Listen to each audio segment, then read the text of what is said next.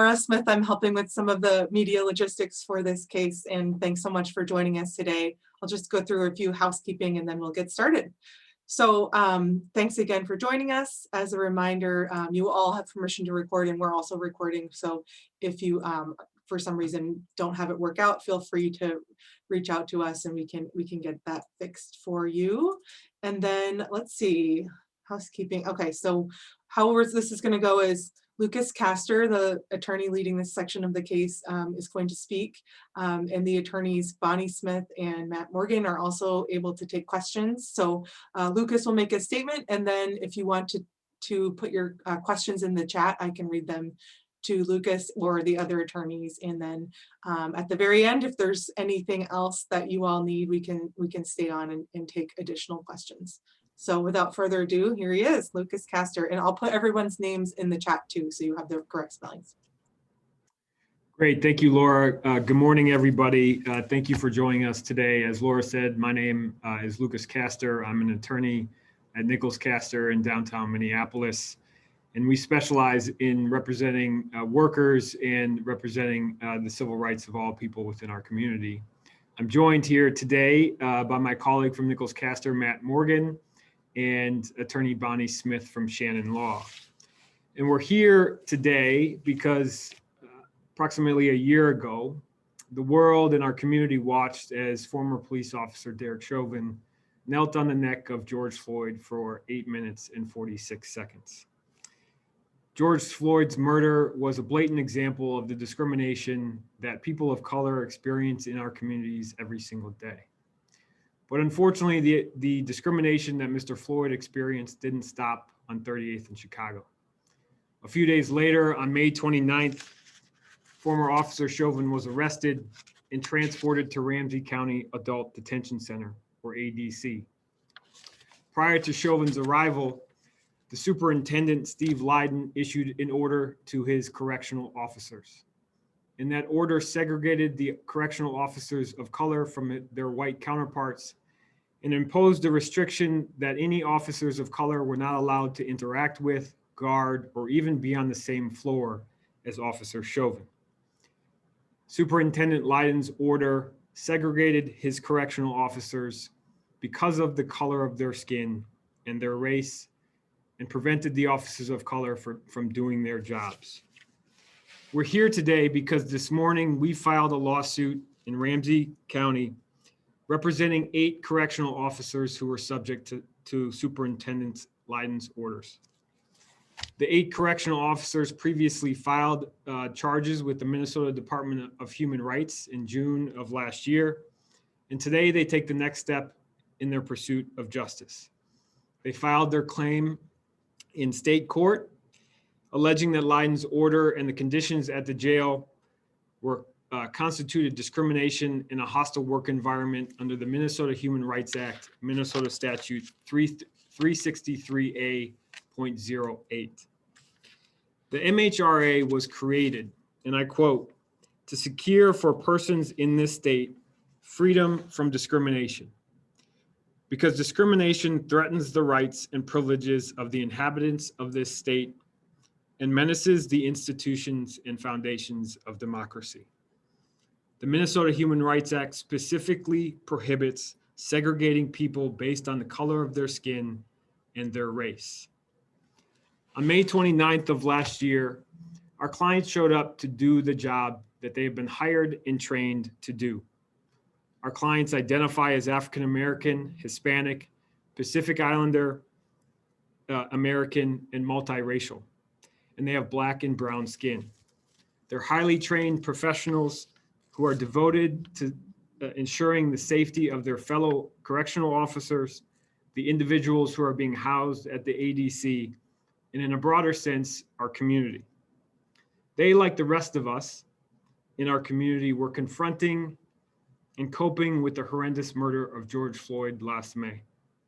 And despite those challenges, they showed up to work on May 29th, expecting to do their jobs.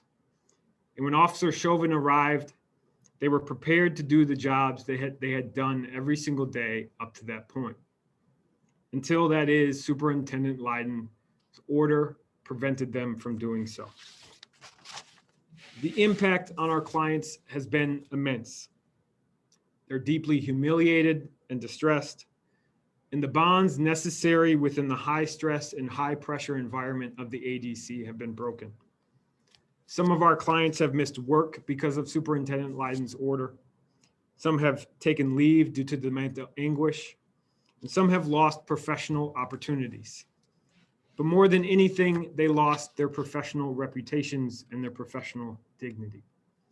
On May 29th, their boss, one of the highest members of management at the ADC, called into question their ability to perform their duties in a professional way, and did so merely because of the color of their skin and their race. Superintendent Leiden's order caused immediate and long-lasting harm, and our clients filed their lawsuit this morning to seek to hold Superintendent Leiden, Sheriff Fletcher, and Ramsey County responsible for the discrimination that occurred under their watch. The discrimination of judging people based upon the color of their skin and their race, and not, as Dr. King said, by the content of their character. I want to end my comments today by simply saying thank you to our clients. As we were preparing this case to be filed and preparing for this press conference today, it wasn't lost on us or our clients that they initially filed their charges with the Minnesota Department of Human Rights on Juneteenth of last year. And they are now filing their lawsuit in the midst of Black History Month. A time to reflect, to highlight and appreciate all the immense contributions that the Black members of our community have made to our society. But Mr. Floyd's death and now our plaintiff's case highlight that while we may have made some progress, we still have very much to accomplish. And so we want to say thank you to our 8 clients for standing up, for speaking out about the discrimination that they have experienced. I believe, for one, that if we are ever going to achieve and get to where we want to go, that we all must aspire to do what our clients are doing today. And so we thank them for our courage, and we thank them for showing us the way. Our clients are not here today because of everything that's happening. They wish to stay out of the media spotlight, but myself as well as Matt Morgan and Bonnie Smith are here to answer your questions today on their behalf. So thank you for showing up today. We'll now take questions from the media. Feel free to ask your questions in the chat, or I think there's a few enough of us, so if you want to come off mute, you can feel free to ask questions that way too. We'll try either way. Hi, I'll jump in. My name is Max Nestrak. I'm with Minnesota Reformer. I'm curious if you can say how Superintendent Leiden's orders came. Was it written or verbal? And did he give any reasoning for why he was segregating the correctional officers of color? Sure, thanks, Max. As far as we know, the order was a verbal order that was passed on to our clients.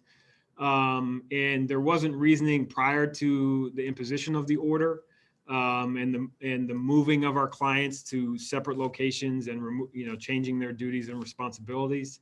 There has been some written explanation from the county and from Superintendent Leiden after the fact, but it wasn't explained to our clients prior to the order taking effect. So they kind of connected the dots by looking around and seeing, oh, all officers of color or correctional officers of color were moved to different floors. So we're guessing this was based on race. That's correct. And a number of the clients ended up being reassigned to the same floor. As we detail in the complaint, a number of them were moved to the 3rd floor. A few others saw what was happening on the cameras. And so the people who were on the 5th floor and who had the freedom to move to the 5th floor as part of their duties were reassigned and put on the 3rd floor.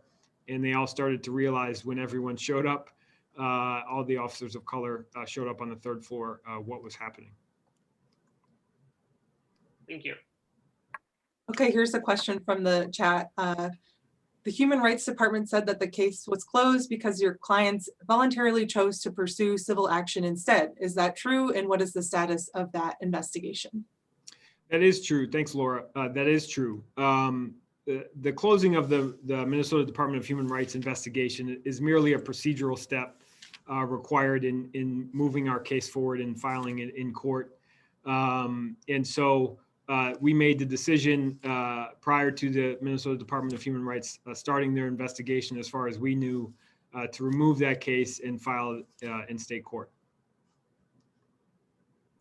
Mike Moen from the Public News Service asks, could you further expand on how the decision affected your clients personally?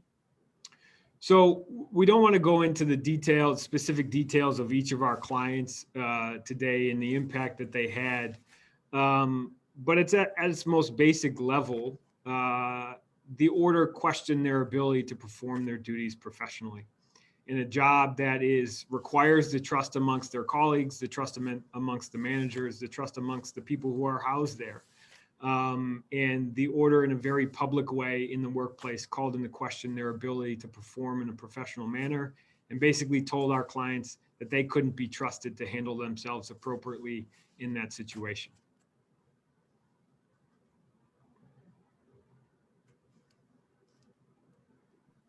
Are there other questions? Feel free to put them in the chat or come off mute. I have a question. This is Christiane Cordero from WCCO.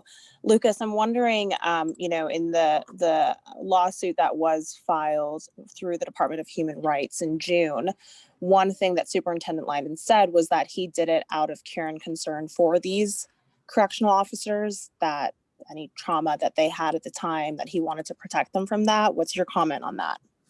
Sure.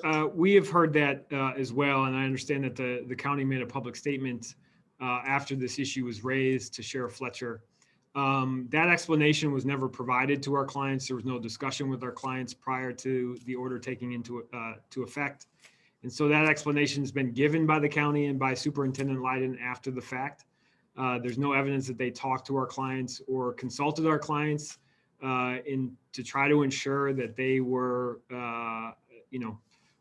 aware of the order and make sure that it was imposed in a way that everyone agreed with. And so that explanation has been offered by Superintendent Leiden, as I said, after the fact. And we understand that that's their position at this point, but that was never communicated to our clients or anybody that we know of within the jail prior to the order taken into effect. And this is Matt Morgan. Good morning, everyone. Just one point of clarification in the question. I think you used the word lawsuit started last June.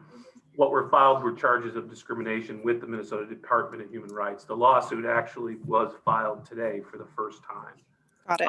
So it's a technical distinction, but nonetheless an important one legally. Thanks, Matt. Thank you. I meant to address that. Okay, another question from Mike Moen is, are there other similar incidents regionally that hold precedent? Not that we're aware of. I'm not sure if Attorney Bonnie Smith or Matt Morgan are aware of any that mirror this particular circumstance.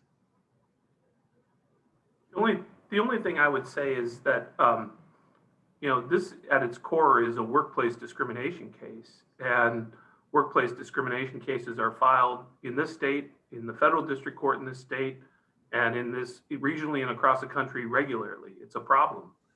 And the Minnesota Supreme Court, fortunately for employees, decided last summer that one single incident, and this wasn't one single incident, but one single incident is grounds and can justify a claim under the Minnesota Human Rights Act for a hostile work environment.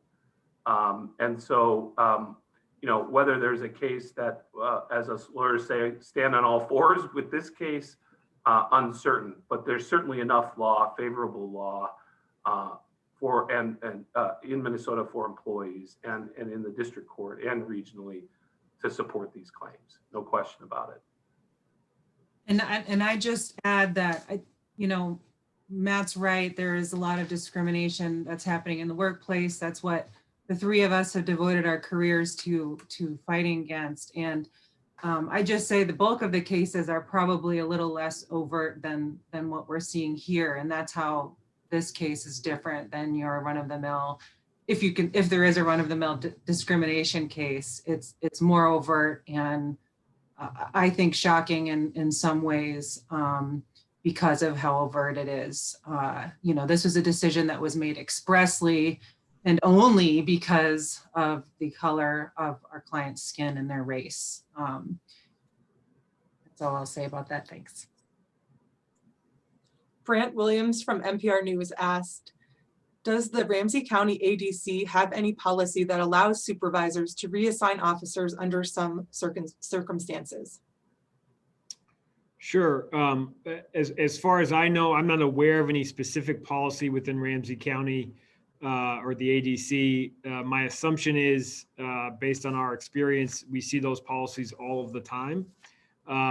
Those policies don't permit the managers to discriminate in changing people's duties and responsibilities. Liz Sawyer from the Star Tribune asked, do you have any concerns about the potential conflict of interest in the 2nd Judicial District hearing this case since it is against Ramsey County? No, we don't. Any judges that may have any appearance of a conflict would, recuse themselves, and we have the utmost respect for and believe that any judge who takes the case will hear it fair and impartially. Hi, this is Holly Bailey. I'm at the Washington Post. I had a question. The complaint, I know you mentioned earlier that you didn't really want to go into specifics about your clients, but in the complaint, it mentions Devin Sullivan having a conversation with Eugene Werner about, she asked him to help explain the segregation order to the staff.